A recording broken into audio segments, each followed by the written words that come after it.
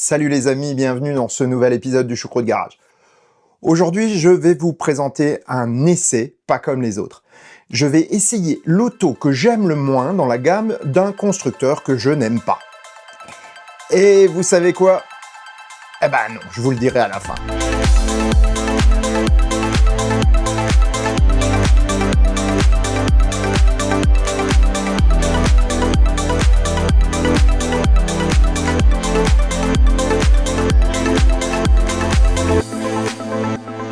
Si ça te plaît, mets un pouce et commente. Si ça te plaît beaucoup, abonne-toi, ce serait dommage de rater les prochains épisodes. Et si ça te plaît vraiment beaucoup, dis-le partout. Merci. Si l'automobile, c'est une affaire de technique, de grandeur physique, de fabrication, d'ingénieur en somme, elle ne peut pas se passer d'une composante émotionnelle qui bien souvent prend le pas sur la raison. Les goûts et les couleurs, tout comme la perception qu'on peut avoir d'une marque ou d'un modèle, ne sont pas totalement objectifs et personne n'y fait exception. Pour moi, qui ai été client de Mercedes pendant de nombreuses années, BMW constituait une marque criarde et un peu trop démonstrative. Je n'en ai jamais possédé et elles ne me font toujours pas envie. Reste que mon ami Jonas des Ouigo Moulins en a pris une après 2 Tesla Model S, une Porsche Taycan et 2 Mercedes EQS. La dernière ayant fini sous un camion. En effet, il roule énormément et loue ses autos pour des raisons professionnelles. On y reviendra plus tard. Du coup, après le QS, voici la BMW i7.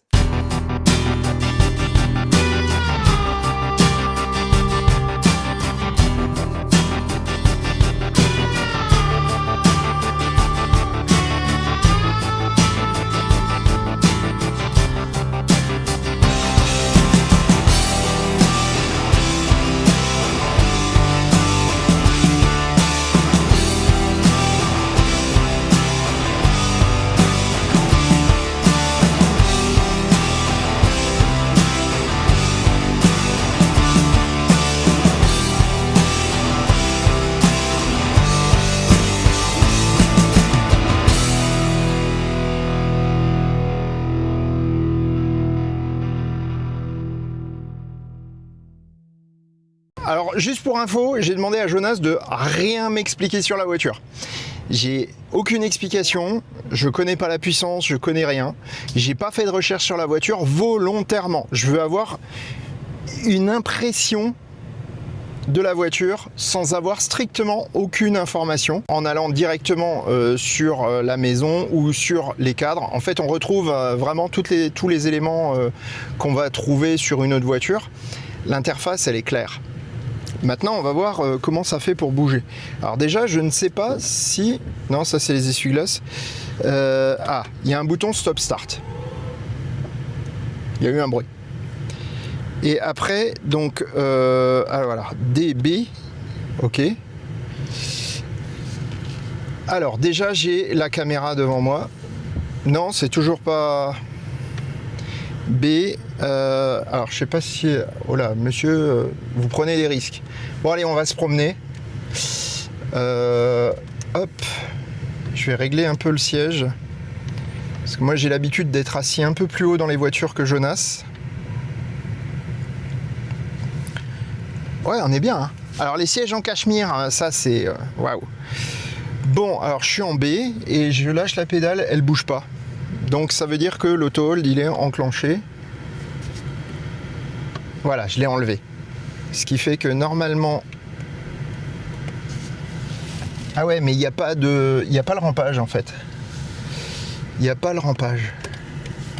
C'est parti. Alors ça a l'air bon. Hop, on y va. Alors je sais pas comment on règle les choses, mais déjà une direction comme je les aime.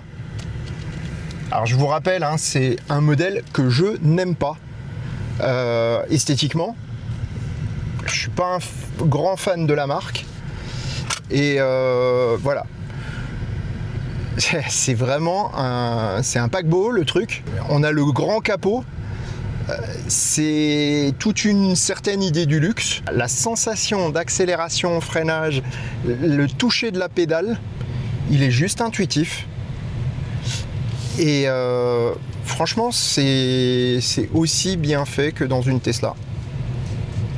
Alors là, je suis en B, mais si je me mets en D, je suis dans un système qui est adaptatif. Donc, la régénération s'adapte à la circulation. Et franchement, c'est bien fait. Parce que là, elle était quasi en roue libre. On va voir ce qu'elle dit au rond-point. Et là, elle augmente. Génial. Là où la Mercedes m'avait vraiment laissé sur ma faim, mais vraiment, hein, la BM, voilà, on sent la... Yalla. On a la même poussée que dans la S.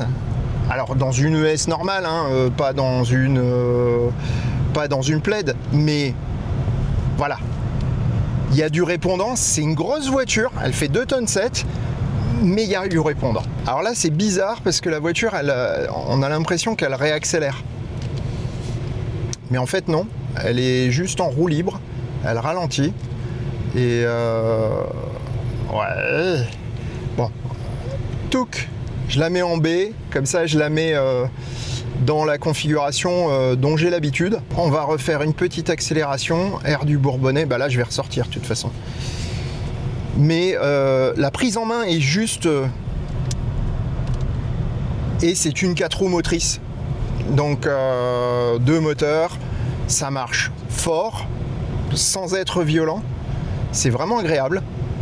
La voiture paraît pas du tout grosse et lourde. Alors les suspensions sont relativement souples. Niveau confort, c'est royal. Les sièges, c'est royal. Sans déconner, même si voilà, j'ai pas encore tout à fait cherché ma position à moi. Faire un essai du mode sport. Oui, activé. Il n'y avait pas le mode sport là? Ah ouais. Non mais c'est pas pareil. Les suspensions se sont durcies. Et alors là, en accélération, le toucher de la pédale de frein est un peu spongieux, mais waouh! Ah ouais!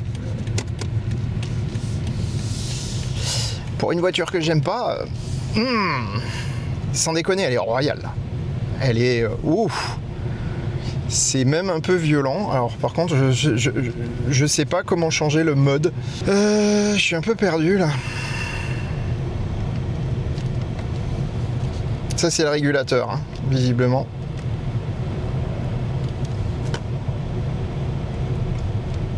Voilà, donc là j'ai le régulateur adaptatif. Je peux regarder mon tableau de bord, regarder ma vitesse. Et j'ai l'image... c'est génial. Alors par contre, ouais, j'ai le mode vocal. Passer en mode confort. Grâce à l'interaction des différentes fonctions de l'habitacle et des fonctions d'expérience de conduite, les My Modes offrent une expérience complète dans les différents modes. Ils vous permettent de créer une... C'est la même voix que dans la Tesla. L'afficheur tête haute, il est grand, il est joli, mais je le vois quasiment pas. Quand on voit les progrès faits par BMW en termes d'assistance à la conduite, j'avais vu que c'était pas top au début et que ça s'était vachement amélioré. Là, franchement, ils sont vraiment à un très très bon niveau. Elle suit les limitations de vitesse, la lecture des panneaux est très très bien faite. Le volant est agréable. Avec le méplat, on est bien installé dans cette voiture. La ventilation fonctionne bien. Alors là, moi, en même temps, j'ai un peu chargé la mule. Je l'ai mis en maximum parce que j'avais chaud. Est-ce qu'elle va passer à 50? Oui. Et elle anticipe. Donc elle ralentit avant. Regardez, là on est avant le panneau et au panneau on est à 50 pétante. Franchement, c'est super bien fait. Je vous propose maintenant, pour continuer, d'aller voir en studio et je vais vous raconter tout ce que je vais rechercher demain. Je vais vous parler aussi finance parce que là il y a une vraie particularité et cette vraie particularité c'est que chez BMW aujourd'hui faire adopter la voiture électrique, c'est pas un vain mot parce qu'ils en ont en stock et vous allez voir que il est possible d'acquérir ce genre de voiture pour une société par exemple pour presque rien. Bon, maintenant voyons un peu ce qui se cache sous la carrosserie de la i7. La voiture est longue, près de 5,40 m, large de 1,95 m et haute de 1,54 m. C'est un vrai tank, hein. On est dans des dimensions plus proches d'une Rolls-Royce que d'une BMW en fait. Mais vous verrez que ça s'explique. Pour la motorisation, deux moteurs synchrones à rotor bobiné délivrent 544 chevaux, voire un petit peu plus en mode boost. Clairement, il faut bien cela pour ébrouer les 2,7 tonnes de la bête. La batterie fait 105,7 kWh nominaux pour un peu plus de 101 efficaces. À ce jour, l'architecture du pack repose sur des cellules NMC prismatiques de provenance soit CATL, soit Samsung SDI. Enfin, quoi qu'il arrive, elles sont fabriquées en Chine, hein, de toute façon. En l'occurrence, pour celle-ci, je ne sais pas lequel fournit les cellules pour la i7. Mais clairement, c'est de la bonne qualité de toute façon pour les deux, hein. Par contre, les nouvelles i7 pourraient bien recevoir les premières batteries solides du marché. L'architecture est en 400 volts et recharge à 200 kW maximum. J'ai pas pu faire de test de charge. On verra si cet épisode vous intéresse, je ferai peut-être un essai plus approfondi. En termes d'autonomie, BMW communique sur un WLTP de 624 km. Je tiens à préciser une chose, c'est que là on n'est pas dans des chiffres extravagants vu la taille de la batterie. Maintenant, il semblerait que la BMW soit plutôt exacte dans la vraie vie par rapport à d'autres. Pour les suspensions, on retrouve une architecture plutôt habituelle avec un système pneumatique couplé à des amortisseurs adaptatifs. Ici, clairement, on retrouve de nouveau cette référence à Rolls-Royce dans le ressenti. Et il ne faut pas en être étonné. En effet, la marque britannique fait partie du groupe BMW maintenant. La Spectre reprend d'ailleurs la plateforme de la i7 quasiment à l'identique. Voilà qui explique grandement le sentiment de confort et de moelleux qu'on associe rarement à une voiture de la marque bavaroise. Visiblement, les enseignements du constructeur anglais en matière de confort et de luxe ont enrichi le champ de compétences de l'allemand. En termes de luxe, la i7 ne se fout pas des clients. Voyez plutôt. Bon Jonas, on est bien? On est pas mal. Hein, on est bien? Voilà. Vous voyez la position à l'arrière? Coucou Jonas. Voilà, ça c'est la position de Monsieur le Président dans la i7. C'est génial. Ah ouais, d'accord. Bon, c'est limite une voiture où tu vas te faire conduire plutôt, hein. C'est plutôt une voiture où on se fait conduire, effectivement. Vache. Et tu mets ton compte Amazon et puis zou, ça marche. C'est parti. On peut choisir 16 neuvième, 21, régler la position, la luminosité, tout de la... Ah ouais, parce que là, vous avez l'écran pour tout régler. Voilà. Et là-bas. Bon, aujourd'hui, on va pas regarder un film, hein, parce que sinon je suis pas rentré, mais... En tout cas, là, Tesla est battu à plat de couture, hein, pour les attentes. Pour le passage arrière, en tout cas, oui. Bon, si vous êtes VTC ou si vous êtes taxi, que vous faites de la longue distance, ma foi, vos clients seront bien. Mine de rien, là, c'est la position de conduite. Non, c'est un peu plus avancé que la position de conduite, mais franchement, il y a de la place là-dedans. C'est énorme. Avec des tapis de salle de bain. Ils sont aussi doux que les tapis de salle de bain. C'est presque un crime de prendre de mettre des chaussures dedans. Là, on comprend ce que luxe veut dire, hein. Parlons maintenant un peu finance. Configurée comme elle est là, cette i7 xDrive 60 n'est pas bon marché. Le budget d'entrée de gamme de cette version dépasse déjà les 143 000 €, mais avec toutes les options, celle-ci culmine à un stratosphérique 202 000 € neuve. En tout cas, c'était le cas il y a 2 ans. Aujourd'hui, j'ai reconfiguré la voiture et on est à plus de 211 000 €. Seulement voilà, celle de Jonas, comme je viens de vous le dire, avait 18 mois et 2500 km lorsqu'il a fait sa LOA. Sa valeur d'achat était de 87 000 €. De plus, comme il s'agit d'une voiture de société, il fait plusieurs déductions d'un point de vue fiscal, dont le coût de la batterie qui est amortissable. En faisant un petit calcul, Jonas a pu déterminer que sur son leasing de 3 ans, la voiture lui revient à peu près à 800 € hors taxe par mois, avant déduction des économies de carburant. L'un dans l'autre, cette auto a tellement décoté que la louer maintenant était juste la meilleure affaire possible, même en comparaison d'autos bien moins onéreuses. Comme quoi, bien se renseigner et prévoir son coût au mieux permet de s'offrir de très belles autos. Allez, on retourne à mes péripéties. Après quelques kilomètres, je me suis arrêté sur une aire de repos pour voir où sont les modes de conduite et plonger un peu plus dans l'interface de la voiture pour être un petit peu moins largué quand même, hein. Allez, c'est parti. Alors, là, j'ai les massages qui sont enclenchés, j'arrive pas à l'enlever. C'est terrible. C'est terrible. My mode, voilà. Non, je veux plus. Conducteur, massage. On va l'éteindre. Jonas, il va me maudire parce que je lui ai tout mélangé. Bien, alors maintenant, moi, ce que j'aimerais, c'est les modes de conduite. Réglage de conduite. Châssis et propulsion. Donc, récupération en position D adaptative. Ça, c'est vachement sympa. Iconic Sound, ça, c'est le son en roulant. Ça, j'aime pas. Assistant de démarrage. Frein de stationnement, chaîne à neige, ok. Aide à la conduite, stationnement, conduite. Alors, est-ce qu'il y a des réglages de suspension sur cet engin? Châssis et propulsion, et là, il n'y a rien. Alors, Jonas m'a expliqué aussi qu'il y a un mode qui est vachement intéressant, qui est vachement sympa.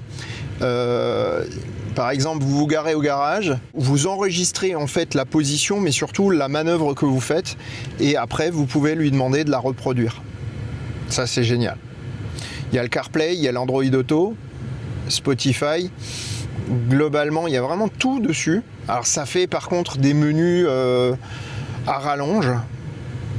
Et par exemple, là, je ne sais pas si je suis en mode normal, si je suis en mode sport, si je suis en mode... Je ne sais pas quel est le mode de conduite de la voiture. Donc là, je reviens sur mon truc de base. Je me suis mis ma clim comme je l'aime.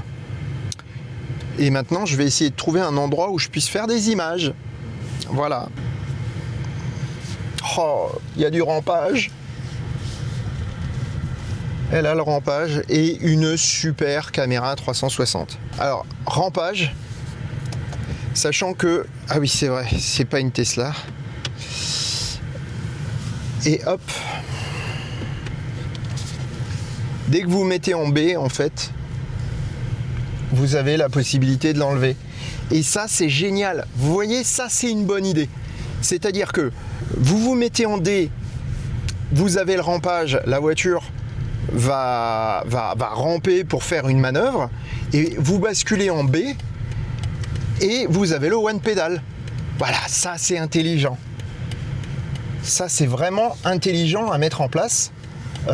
Sans déconner, c'est comme là, j'ai pas trouvé de mode de conduite, mais s'il y en a pas, c'est pas con non plus, parce que il suffit en fait d'un mode normal et puis d'un mode boost, et puis ça s'arrête là. Il n'y a pas besoin de 100 000 trucs. Là en fait, à la conduite, elle est très douce.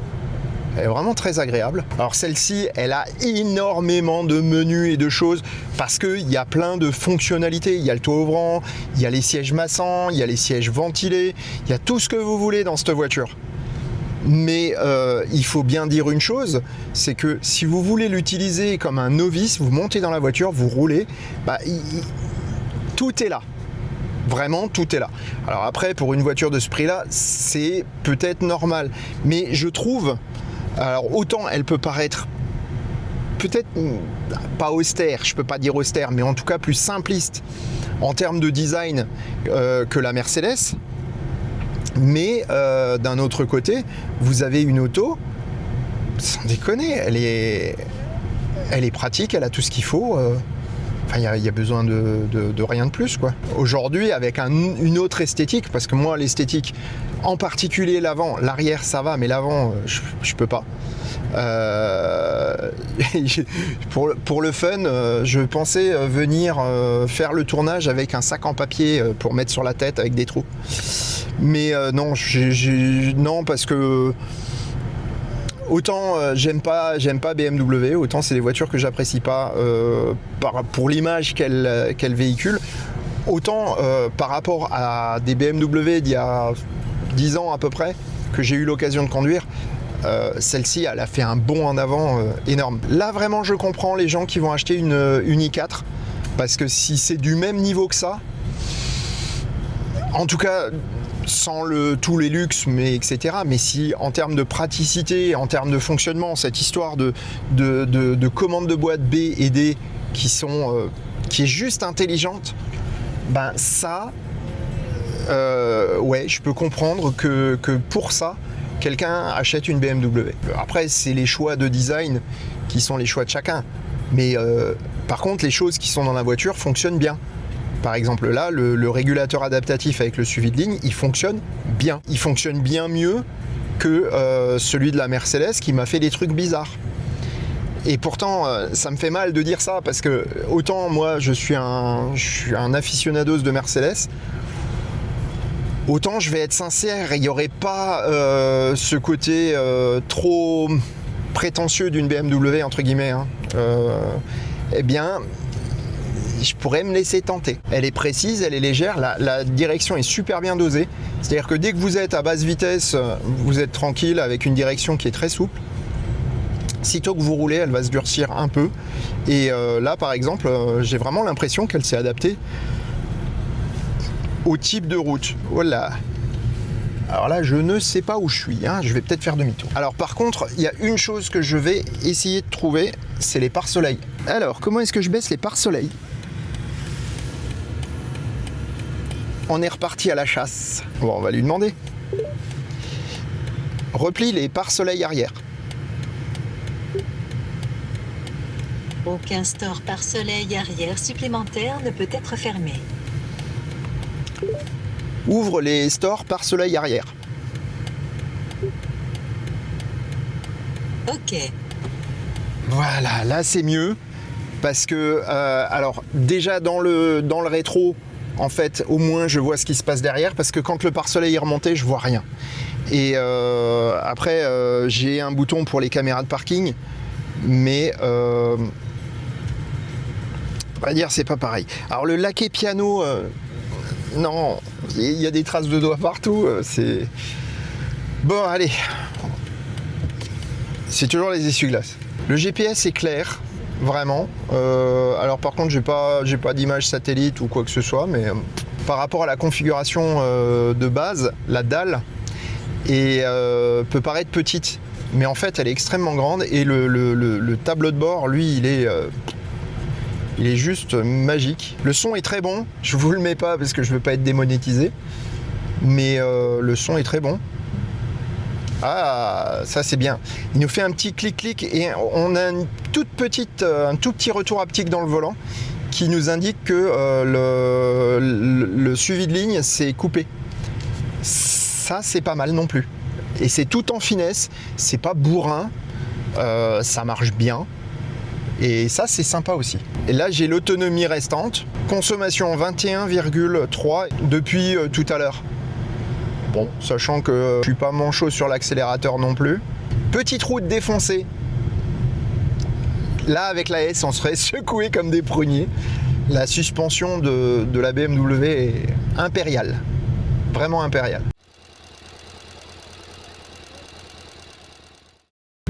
Question idiote, il y a des réglages, enfin, t'as des présélections de suspension ou... Et les modes de conduite, tu y accèdes comment?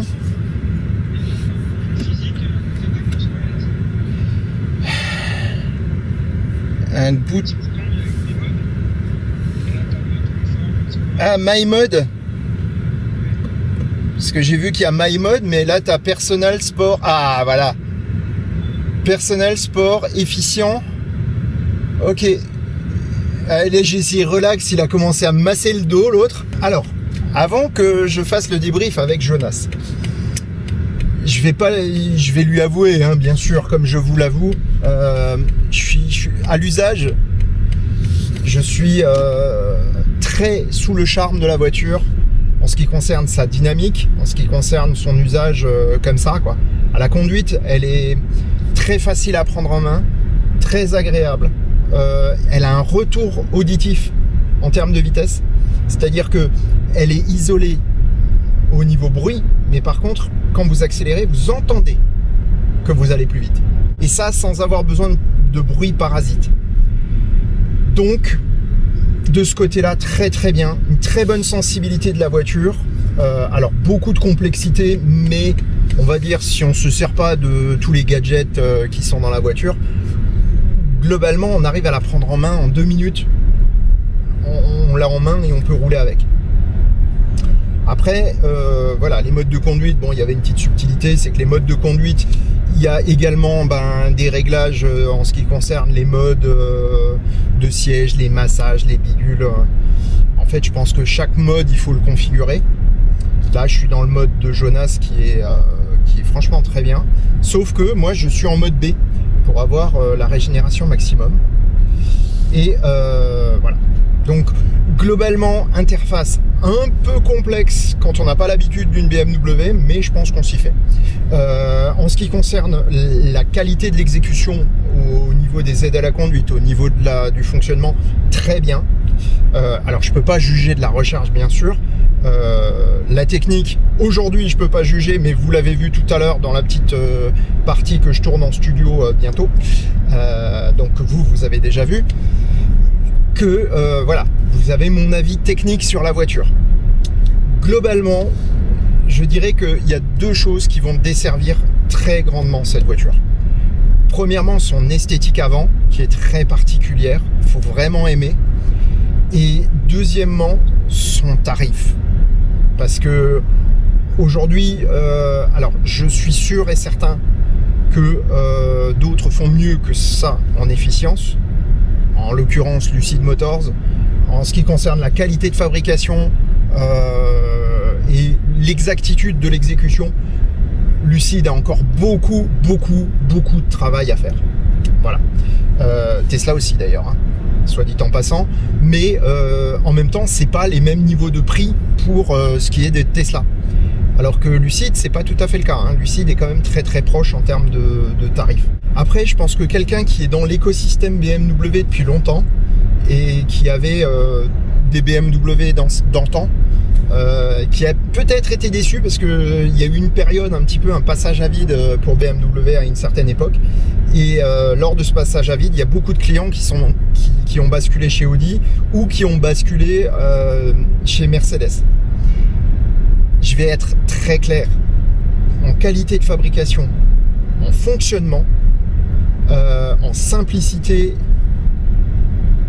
aucune de ces deux-là, que ce soit Mercedes ou Audi, n'arrive au niveau de cette voiture. Aucune. Pour avoir essayé l'e-tron GT quelques minutes aussi, hein, à l'utilisation, ma préférée des trois, c'est celle-là. Et je le répète, hein, je suis pas fan de BMW. Là, je me fais l'avocat de l'ange, entre guillemets. Hein. Je me fais l'avocat de Dieu, je me fais pas l'avocat du diable, parce que j'ai décidé aujourd'hui de venir avec un esprit neuf dans cette voiture, et j'ai décidé de faire abstraction totalement de la partie esthétique et de la partie image. Et très clairement, cette voiture est super bien faite. Ça vaudrait le coup de faire un essai longue durée. Ça se fera peut-être. Si cette vidéo plaît, pourquoi pas une fois demander à Jonas de me la prêter quelques jours. Je pense que ça peut se jouer.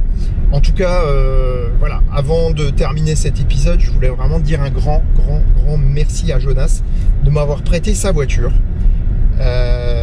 Et surtout aussi un grand merci de me donner l'opportunité d'essayer plusieurs voitures régulièrement. Là aujourd'hui c'était un petit peu impromptu, c'était lors de mon défi 1000 km avec la Model S pour voir si j'allais battre la R5. On verra. Je sais pas si cette vidéo est sortie ou pas, donc je vous dis rien. Pour aujourd'hui ce sera à peu près tout.